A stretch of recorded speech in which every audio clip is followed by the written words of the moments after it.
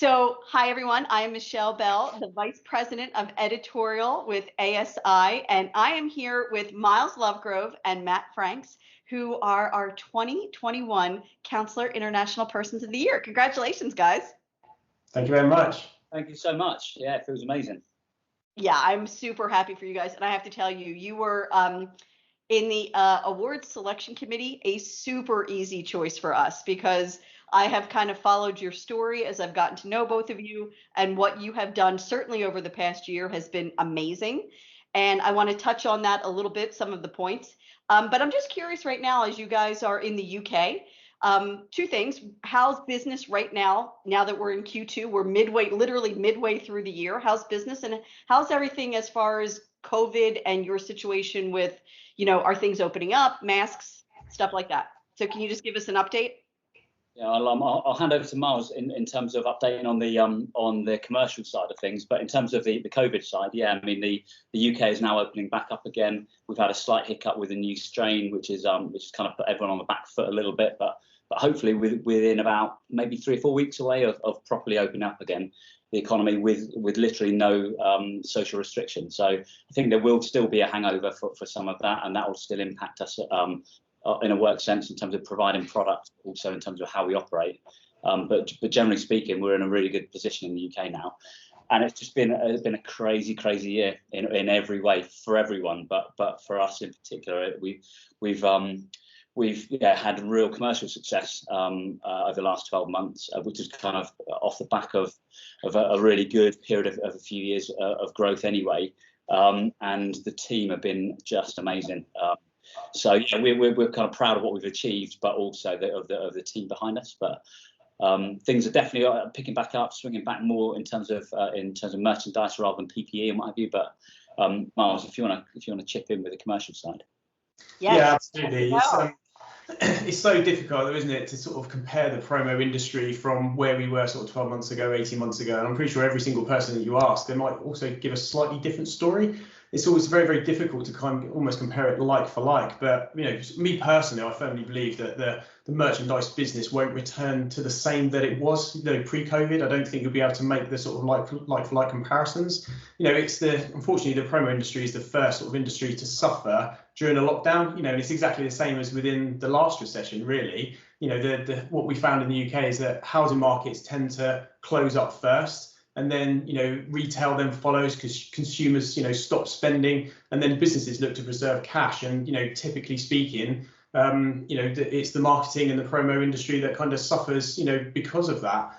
Just to give you a comparison, I think our business during the last recession back in 2008, our business took a sort of a 20 to 30% dip, something in that region. But to give you a comparison, sort of when COVID hit in the UK in sort of March, April of last year, we took a 90% drop. It was absolutely incredible. And Michelle, you're nodding there, and I think that's probably similar to a lot of what the US businesses have seen as well. So as you can imagine, we had to sort of pivot, pretty quickly and look to sort of sell PPE items quite quickly.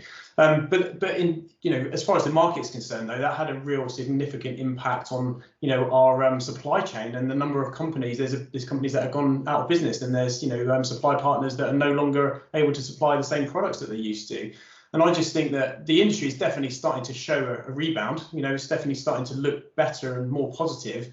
But I think it's adapted, and I think it's changed based upon a lot of what our customers are doing, and that's specifically a result of COVID. So as an example, it's things like companies and people returning to work. They're actually exiting their office space. People are actually working more from home, and I think that's leading to a change within our industry. Things like those working conditions and people recruiting key personnel and engaging their workforce and recognition programs and trying to sort of motivate them.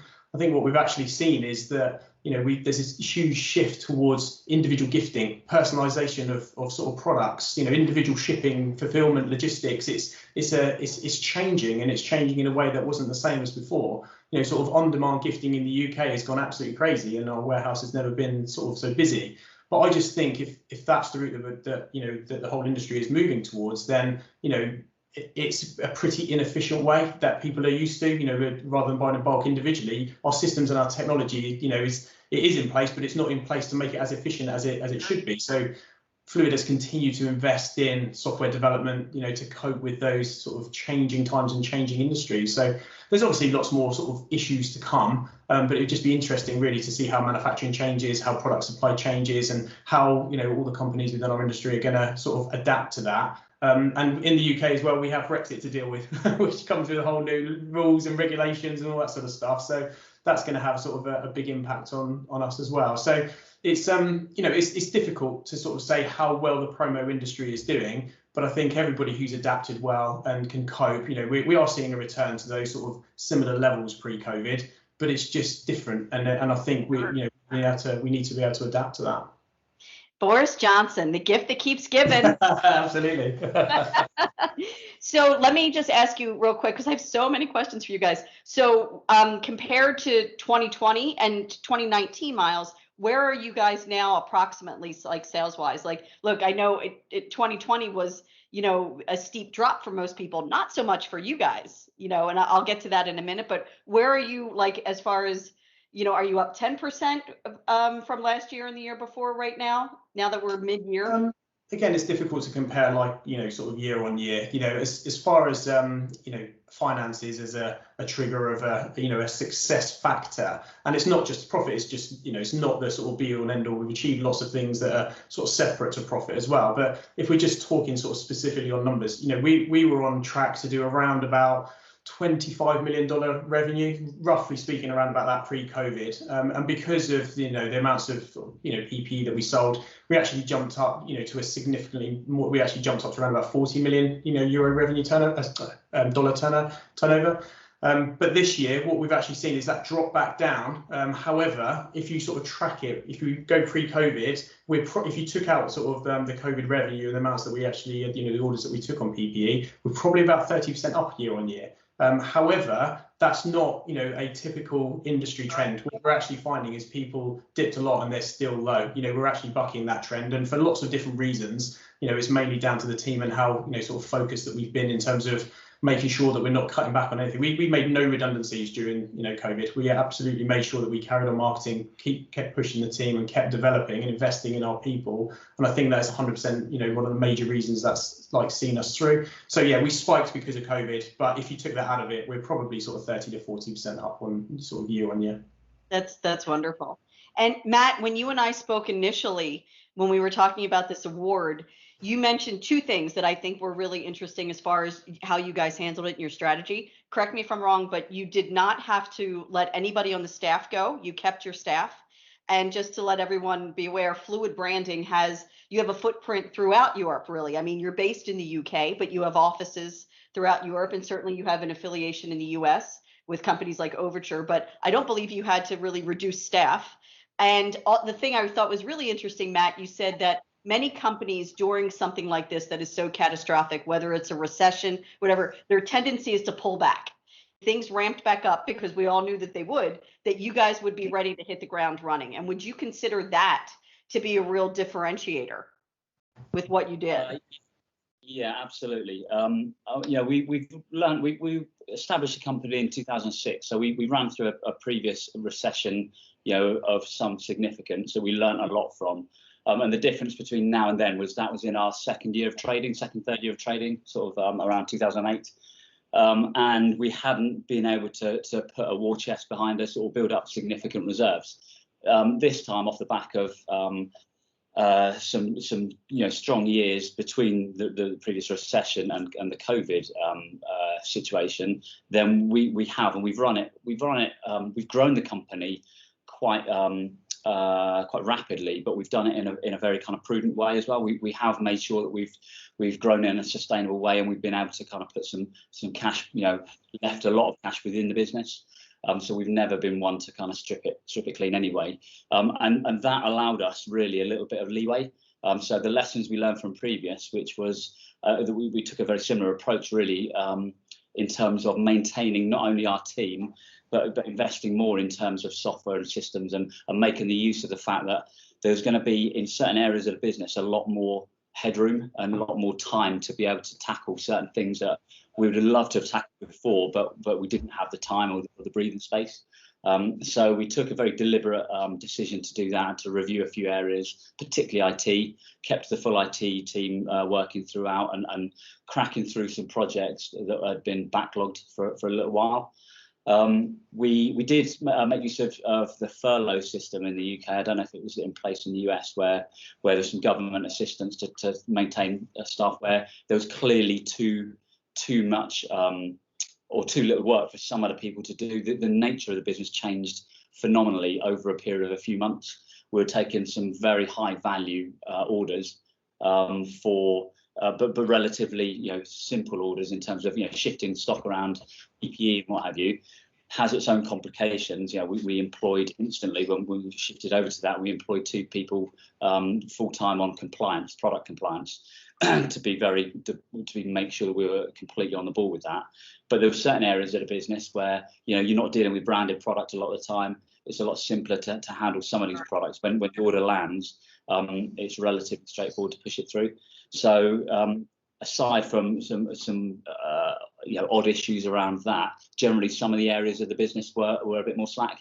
So we made use of the furlough system, but brought people back as soon as we could, and we're fortunate enough not to need to lay anybody off at all.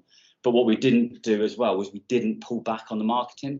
And I think some of these kind of things, there is in any situation, as an individual or as a company, there's a natural reaction.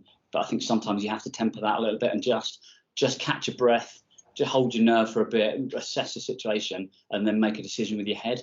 And that's what we chose to do. And we continued to market ourselves very strongly throughout. And really the tactic for the whole thing, or the strategy really, was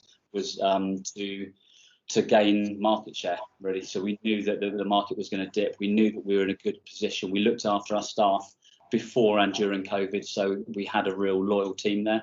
And so we knew that, as we came back out of this, we're in a really, really strong position to grow quickly again. And that's shown the case at the moment. So it was similar kind of approach to the previous times, but with a slightly different environment. Because we've never seen anything like this. Yeah, I say environment, an understatement.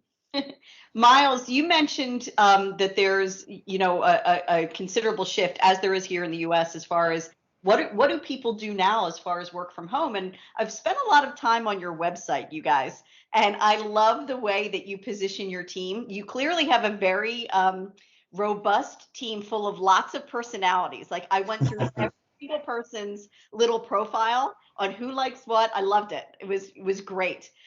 So I'm curious how you guys are going to handle that. Are you going to have people? It seems to me that your culture is very important to you. You guys mentioned it a lot when I interviewed you for your profile. So, is that something that you're going to keep leaning into, or are you going to forego some of your brick and mortar offices that you have throughout Europe? Because look, rent certainly is very expensive and people do love working from home. So I'm just curious where you kind of land on that.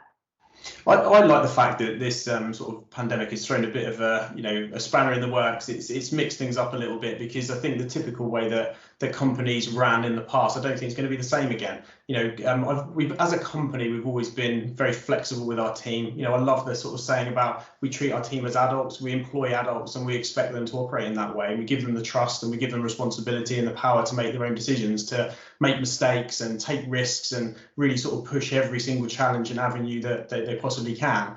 And the fact that 100% more people within our organisation are going to be wanting to work from home, either full time or on a flexible basis, and we should absolutely embrace that for lots of different reasons. And we within the company, within Fluid, we talk about it quite a lot, but we have this defined structure within our organisation that we call the 3 pillars. And they're called our Fluid Friends, our Fluid Family, and our Fluid Futures. And Fluid Family is all about the team and how we actually, encourage them to be as best as they possibly can be. Really kind of look at how we recruit, how we train, how we develop, and how we sort of coach those individuals to really sort of grow the business and take responsibility for growing those aspects of the business. So, it's a big thing, and one of our sort of key strategic aims is always focused around culture, and it's to establish, a business as a force for good as part of our B Corporation. But it's also about, aligning the teams, making sure that, we're continuing investing in our teams, continuing to help them develop and help them to grow.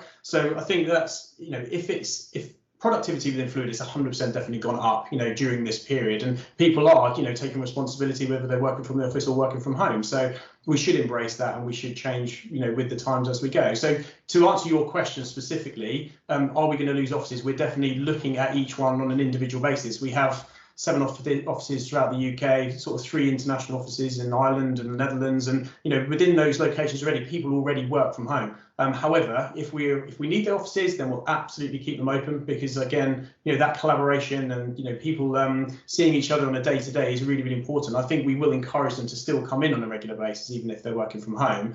But if we don't need the offices there, of course, there's no point in having a cost there, if we don't need it. But we will if it means that the team will be able to collaborate and work more efficiently. So our head office is definitely going to remain open, and we'll look at all the other offices individually as we go. But it won't be a decision based purely on can we save some costs. It will be based upon what is right for the team, within those locations and how they operate. We've already sort of discussed something like our London office will 100% still remain open. The team there get a lot more, and we discussed it with each one of those individuals. They'll get a lot more from going into the office every single day. So, it's going to change a lot, for lots of different companies out there. And then there's this whole question that's coming up within the UK at the moment as well, is what's going to happen to all that office space? There's loads of companies within London that are all moving out of their head offices, and it's going to create a lot of space there that someone's going to need to do something with. So that'll be quite an interesting one, I think, for the next 12 months. Sure. In terms of how they adapt. Sure, thank you, Matt Franks. I have another question for you. How far away? So when I interviewed you guys for the profile I wrote, there's so much great information that you guys shared with me. One thing I was not able to fit in that I do want to touch on now, because I thought it was a really fascinating point, was I did talk about how you are one of the few industry companies in the UK. You're certainly one of the biggest distributors in the UK, but one of the few that's a certified B Corp. And Matt, some of the questions I had for you was how younger generations, Gen Y, millennials, really the way companies present themselves and who they are culturally really resonates with younger generations, whether it be a company's stance on sustainability, and they're really kind of embracing product sustainability, but also when a company is drawing a line in the sand and saying we are a B Corp, there's a lot behind that really signifies the type of company that is. And you and I talked a little bit about how you guys have seen the younger buyers respond to that, and what they really, there's like a direct line between the type of companies they want to do business with and where they're putting their dollars. And if you could just talk about that a little bit. Yeah, so we, like I say, I touched on the growth of the company before, and we kind of went through, as it came out of the recession and went into that kind of period of time between 2012, 2013 and a couple of years ago, there was a period of time where we did a bit of self-reflection, and we kind of felt as a company we'd hit those kind of later teenage years. It felt like, in terms of our life as a company, we kind of grown up a little bit, and a bit like an individual, you do a bit of self-reflection, and we did that, and we said, right, we need to, well, who are we as a company? Who are we as a team of people? And we went through, it took us a couple of years or so really to analyze who and how do we differentiate? We felt different, but how do we actually articulate that? And so what came out of that was, it was all about the team and all about the ethos of the company. So us as kind of leaders of the company, I guess, but also the culture and the team that we've got, the team of individuals all across the company. And really that came out in terms of there's a definite sense of purpose behind it, and we weren't just trying to make a profit. It wasn't all about making money. That was clearly financial and commercial success was definitely a big part of it, but there was much more to it than that. And so that's when so actually a good friend of mine was quite heavily involved in the B Corporation as it came across to the UK, and I was aware and chatting to him socially, and thought this was a really good way. It tied in really well with this kind of self-identity and this reflection that we've done about who we are as a company. So we effectively rebranded about probably 4 or 5 years ago now, and off the back of that, we formed these 3 pillars that Miles touched on, and we went through the whole B Corp journey and things like that, and it was really enlightening, and it was a relief almost to kind of feel what was always there within the company, but just, like I say, to be able to define and articulate it. And it helped us then to differentiate So commercially, I think it's been a really solid thing to do, but actually it's very genuine and very kind of there's integrity there as well. So what we thought what we realised very early on from a commercial point of view was that it absolutely aligned us with a new wave of buyers that are coming through and a new generation, both in terms of our customers, but also then the teams that work for us, and more that, to attract and to retain top people within the company. They had to, I think the world's moved on, and a lot of the talent that are coming out, probably for the last few years now, have been looking for something more than just working for a kind of a corporation or a financially driven organisation, and they want to actually feel like they're learning and growing themselves, but also making a difference in the world. And so that kind of, it really fitted, and it ticked all the boxes for us. So it's a bit of a cliche, but it kind of fitted really well for us. So commercially and from a personal point of view, both for Miles and I, it fitted really well, and it's allowed us to go from strength to strength, really. And we fall back onto that on decision making throughout the company now, in terms of recruitment, in terms of clients that we work with, in terms of product selection, in terms of training of teams, in terms of working with the communities around us, and the kind of fluid futures and the kind of more philanthropic side of things and what have you.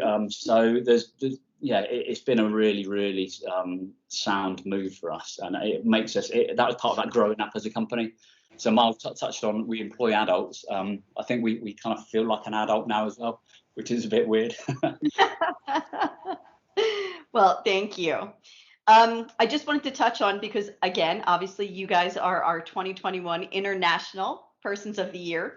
And you were part of the group that kind of spearheaded a new kind of entity called Brand Unbound, which is a really interesting concept. And it seems to me that it's kind of a well curated group of best in class distributors from different places around the globe. In the US, of course, it's Overture, which is one of our top 40 companies, and I think there's Tango in Canada, if memory serves. Yeah.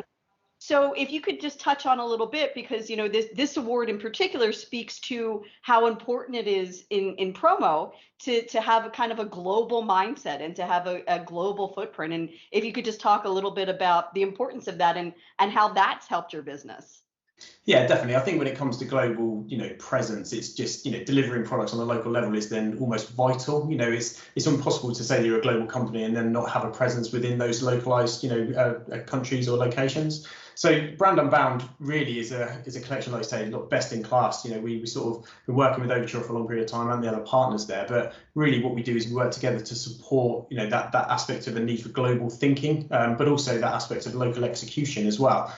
So we don't know everything that's going on within the US, and likewise, they might not know everything that's going on within Europe. So we definitely sort of lean on each other in a collaborative way. We sort of collaborate over lots of different things and communicate over lots of different things, including buying of products and shipping and cost efficiencies and all the types of things that we can to be able to give that global presence to our customers. So it's worked really, really well from that point of view, but it is vital to have that local execution as well. So the knowledge of the merchandise consultants who are actually working there is really, really important. And then what happens is our clients then receive relevant merchandise within that region. It's things like, the French market is very different from the German market. I think the stats are out there, something like 65% of, the German consumers want environmentally friendly products, whereas the majority of French consumers want products that are actually manufactured in France, whereas the Netherlands are not so worried. So it's having that local knowledge and execution that is absolutely vital. So, we trust each other. We trust our partners to be able to deliver that. And we just felt that is the best approach for our business. And it definitely speaks volumes because of that global partnership, we've gone on to win some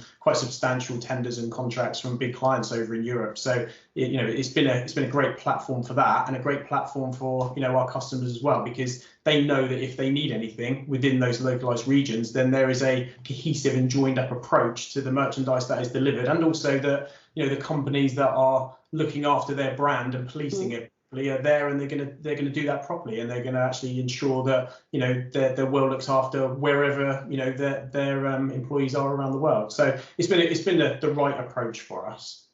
That's great. So if you guys had to pick one area in the world that you can identify as that is a really interesting growing market that we're keeping our eye on, whether maybe you want to open an office there or just that you see real business potential, where would it be?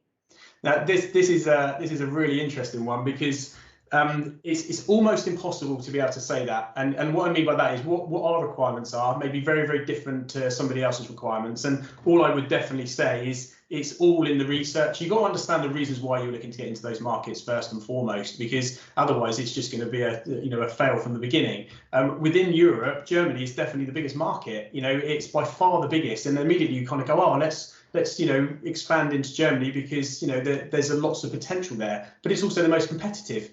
So why would you want to do that? So typically speaking, when we've kind of looked at sort of different country locations and where it might be a good idea to expand to, there's loads of sort of key factors that we look into, and that is things like ease of entry, size of the market, how much competition is there, is it complex over there, even down to things like language and culture and cost. All comes into it. So I think, any company needs to have a plan, needs to actually understand the reasons why they want to enter that market, and then, decide to move forward on that basis. It was quite interesting. We did this research a little while ago, and the countries that within Europe that came sort of top of our list of potential were not ones that you would even think about. Do you know what I mean? You kind of think, oh, really? But actually, once you look into the research, the markets are really, really great, and there's very little competition there. So it's you need a sort of a plan first and foremost, I think, to go there. And then the second thing is just, I love data. You've got to get got to get into the numbers and understand it. And we're actually we're soon to be acquiring a company in Paris, in France. And part of that, we actually went through a due diligence process of looking at how big that market was. And Google's great for this. They can tell us exactly who's searching and where they're searching and when they're searching and what products they're searching for. And we're able to establish exactly what that market is going to be like for us by using the information that's historically there and is available, real time and whenever you need it. So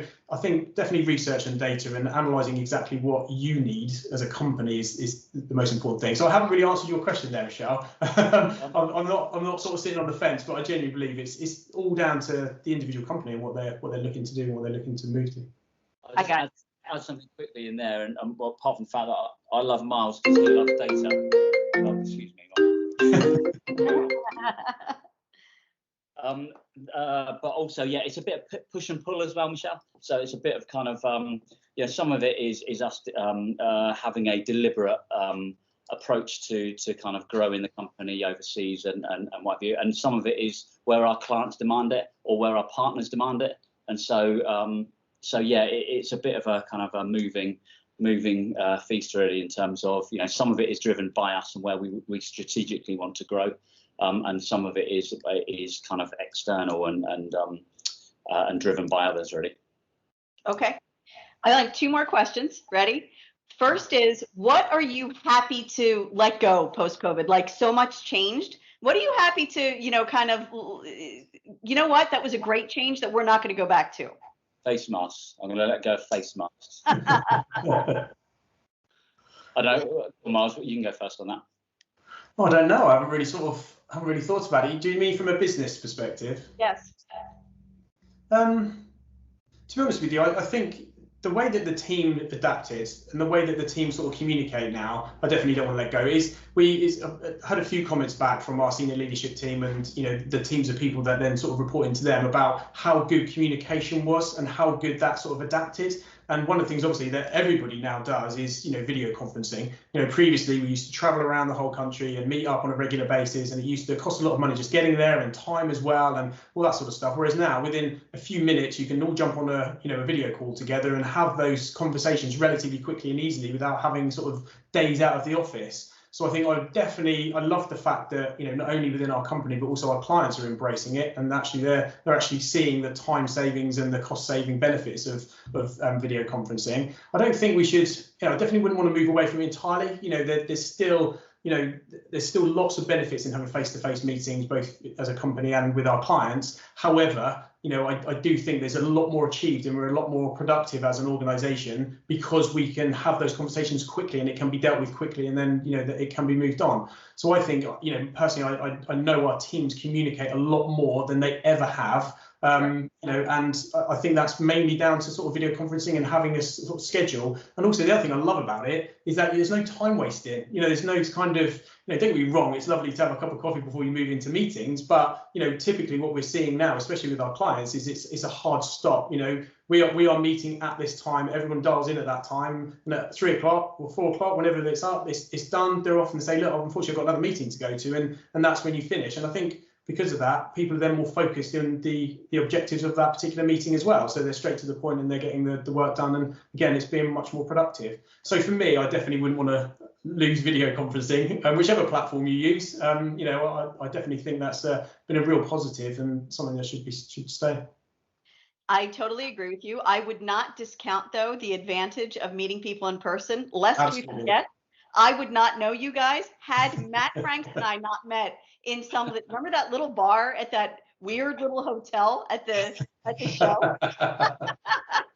Alcohol was not involved. A little bit.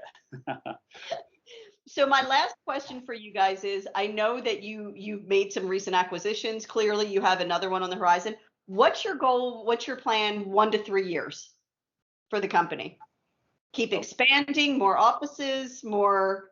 One of the things it's again allowing us to do is we probably would have done it anyway, if I'm honest, but is reflect again in terms of the next stage of growth for the company. So we have both a 1 to 3 and a 3 to 5 year plan, and so it takes us up to year 3, and then where we're going beyond that. What we all probably know about planning is that the only thing is that it won't go to plan. You can put all the plans in place, but life won't work out quite that way. But you need a plan and a vision. So I think we're more about the vision than the specific plan. The plan really is to grow, and we have targets that we're going to grow to over the next 3 years, and that is split down between organic growth and acquisition. So we have a separate plan for acquisition and organic. We've weighed them up in terms of the contribution from both of those to the overall growth. We have some aggressive growth targets in place. So we've always been ones for setting quite large targets and then almost spookily hitting them. So it's like you put these figures down and you think, oh, they're a stretch, and then it's amazing how that affects all the decision making, not only for yourselves, but if you communicate that well within the team, everyone pulls together to make it happen. And so we've got those stretch targets in place again between now and year 3. And then it's kind of probably a level up again, but probably involving external partners at that stage. And that could be in, again, a number of different ways. So we've always driven the business with an eye for keeping options open. And so rather than a particular hard plan that we have, we go in a particular direction with quite a lot of thinking and talented team behind us. But then we always try and leave a few options open. And that's the plan again, really. Yeah, and there's some other aspects to that as well, because revenue and margin, of course, is really, really important. It's a good success indicator. But as a company, it's not the be all and end all. We're a big corporation, and because of that, we look at success in lots of different ways as well, including our team and our customers and our society, our community, our environment, and all of those things are part of strategic aims moving forward. So, generally within our sort of plan over the next 3 years is to ensure that we keep developing in some key areas. And the first one is just service. Customers are our priority. We need to give them the 100%, what they deserve and what they're expecting. But we want to focus on service. We want to focus on communication. We want to commit to delivering meaningful merchandise as we do, and making sure that we deliver it on time. We also love kind of disrupting our industry a bit. Sort of trying to lead those quality standards and ethical standards. I think is really, really important. The second thing is our culture. We're always looking to establish a more sustainable business. B Corporation could talk about this, being a force for good. But if we can stand up with other B corporations and really sort of fly the flag for sustainable business, that's going to be fantastic from our side. So we want to ensure that understanding gets promoted throughout the company, and that everybody feels that, and they're all pulling in the same direction. So we want to invest in the teams, and we want to make sure that they're sort of growing in exactly the right way. And then the last thing is always technology. We've been the company we've always kind of embraced technology. We're looking to embed full e-commerce within our client experience, which would be great if we can do that fully. But also our ERP systems, making sure we've got full integration, making sure that it talks to our website and our merchandise stores and our supply chain as well, and just making sure that whole kind of user experience for our customers is good. And there's so many more things that are developing that we're seeing from the retail industry now in terms of order efficiencies, delivery tracking, order details, all that sort of stuff that we should be doing and could be doing. So I think there's lots of things that we've achieved in the last 12 months that I would say success, and it's not necessarily all just about profit. There's loads of developments that have happened because we're focusing on business being sustainable rather than just hopefully our business will still be here long after me and Matt are not sort of talking on webinars and podcasts anymore, and it will be the next wave of individuals that are coming through and really sort of flying the sustainability flag as well. So I think that's sort of our goal and target. That's an important point as well, Miles, is I think over the last sort of year or two, putting a senior leadership team in place and then allowing us to kind of step out of the operational to a certain extent, I think has been a real key factor for us. And that senior leadership team are now pretty established, and it's allowed us headspace to kind of lift ourselves out of the day-to-day really, and not only to operate the company, but to actually for them to drive the company forward. And we've really seen massive progress over the last 12 months in that. And that's just kind of a real credit to them really. But that's a big difference. It seems to me that when you guys set goals, you go big or go home, because one of the other things that you mentioned to me that is in the article, correct me if I'm wrong, but one of your goals is to be carbon net neutral. Is that right? Yeah. Yeah, that's a big absolutely. one. Yeah, it is a big one. We're following, B Corporation have a platform that sets out, and we're following their sort of guidelines as it goes at the moment. But it is a big one. I sort of mentioned earlier about sort of profit, whether that is seen as a success factor, and yes, it should be. But yeah, we've made a commitment now to go net zero, and that is not just about reducing our carbon emissions by 2030, but that's trying to genuinely cut them, rather than just offsetting. We're actually embarking on an offsetting campaign with Ecology, where we're going to be planting trees when people place orders for customers, and which is a great incentive, and I'm 100% behind it. But really, we should be looking at how we can cut emissions rather than just offsetting emissions. So it's a big step forward, and I think it's definitely something that we should be doing. And I think a lot of those companies that again are part of B Corp are really setting the standard there and helping each other, collaborating together to really drive that forward. And there's no reason why we shouldn't be able to hit that. But wouldn't life be dull without a few big challenges, I'm sure? Absolutely, yeah. I don't even know what that would look like, Matt Franks. Well, I want to thank you guys, first of all, and really congratulations. You are a wonderful, Fluid Branding is a wonderful example of what it is to be an international company. And certainly congratulations to you both. I'm disappointed that you won't be able to join us in Chicago, and we're not having the counselor banquet this year. We will next year, because if there's nothing I would love more, it would be to buy you to a very fancy drink at this swanky establishment known as the Lodge. I've heard about that place, yeah. Well, thank you guys. Sometime soon. For sure. I will be in Europe as soon as we can in January. But thank you guys very much for your time. And again, congratulations on your award. Thanks so much. Thank you very much. Bye, guys.